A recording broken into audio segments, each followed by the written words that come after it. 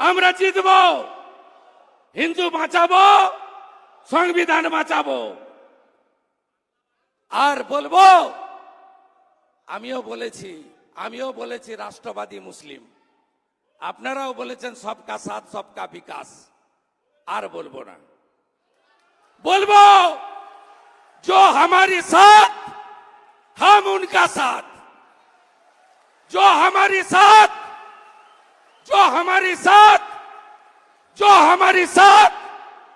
हम उनका साथ, सबका साथ सबका विकास। बंद करो नो नीड संख्यालघु मोर्चा। ভালো থাকুন। जय श्री राम, जय श्री राम, जय श्री राम।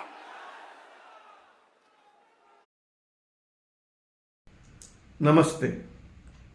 तो ये हाल हो गया है बीजेपी का, लेकिन ये हाल बीजेपी का नहीं है, किसी मुगालते में नहीं रहिए। ये हाल है पीएम नरेंद्र मोदी का। ये स्लोगन पीएम नरेंद्र मोदी ने दिया था, सबका साथ सबका विकास, सबका विश्वास और सबका प्रयास। और अब इस स्लोगन की खिल्ली उड़ रही है।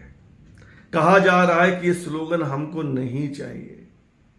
तो आपको नहीं लगता है कि ये खिल्ली, ये मजाक या इस स्लोगन को नकारना पीएम नरेंद्र मोदी को नकारना है?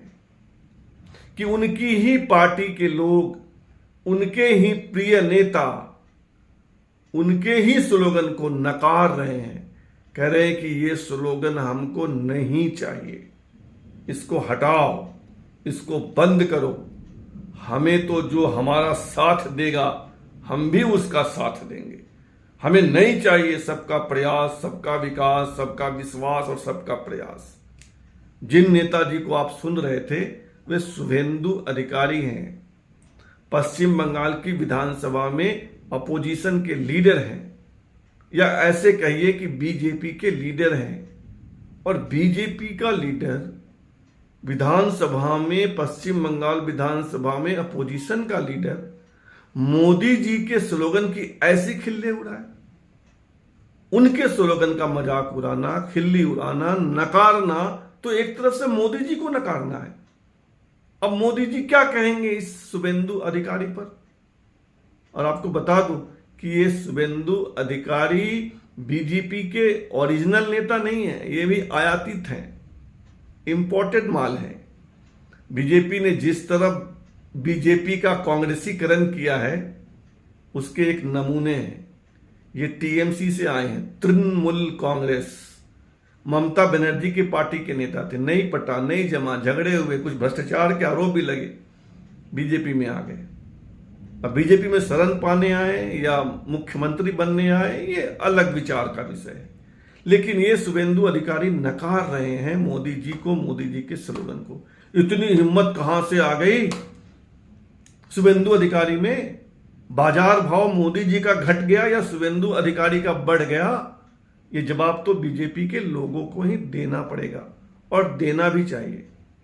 जानकारी के लिए बता दूं कि शुभेंदु अधिकारी पश्चिम बंगाल बीजेपी कार्यकारिणी की बैठक में बोल रहे थे। उन्होंने वहीं पर कहा कि बंद करो ये सबका विकास, सबका प्रयास, सबका विश्वास और सबका जो भी सबका। इतना ही नहीं, उन्होंने अल्पसंख्यक मोर्चा बंद करने की मांग की। बीजेपी में जो एक मोर्चा है अल्पसंख्यक मोर्चा, उसको बंद कर दो, उसकी जरूरत नहीं है।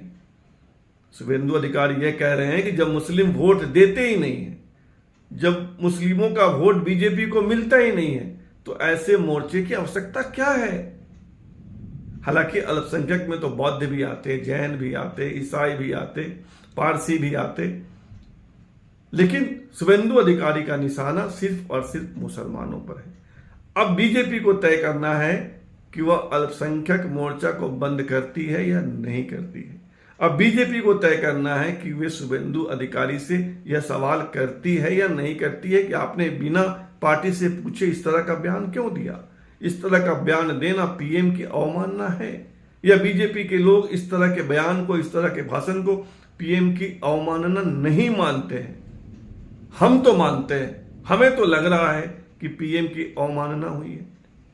आपको क्या लगता है कि शुभेंदु अधिकारी ने इस तरह का भाषण देकर पीएम की अवमानना की है या नहीं की है? अपने विचार से अवगत कराइएगा। साथ ही आपसे आग्रह है कि आप इस चैनल को सब्सक्राइब कीजिए, ज्वाइन कीजिए, कमेंट कीजिए, शेयर कीजिए, लाइक कीजिए। धन्यवाद, बहुत बहुत धन्यवाद।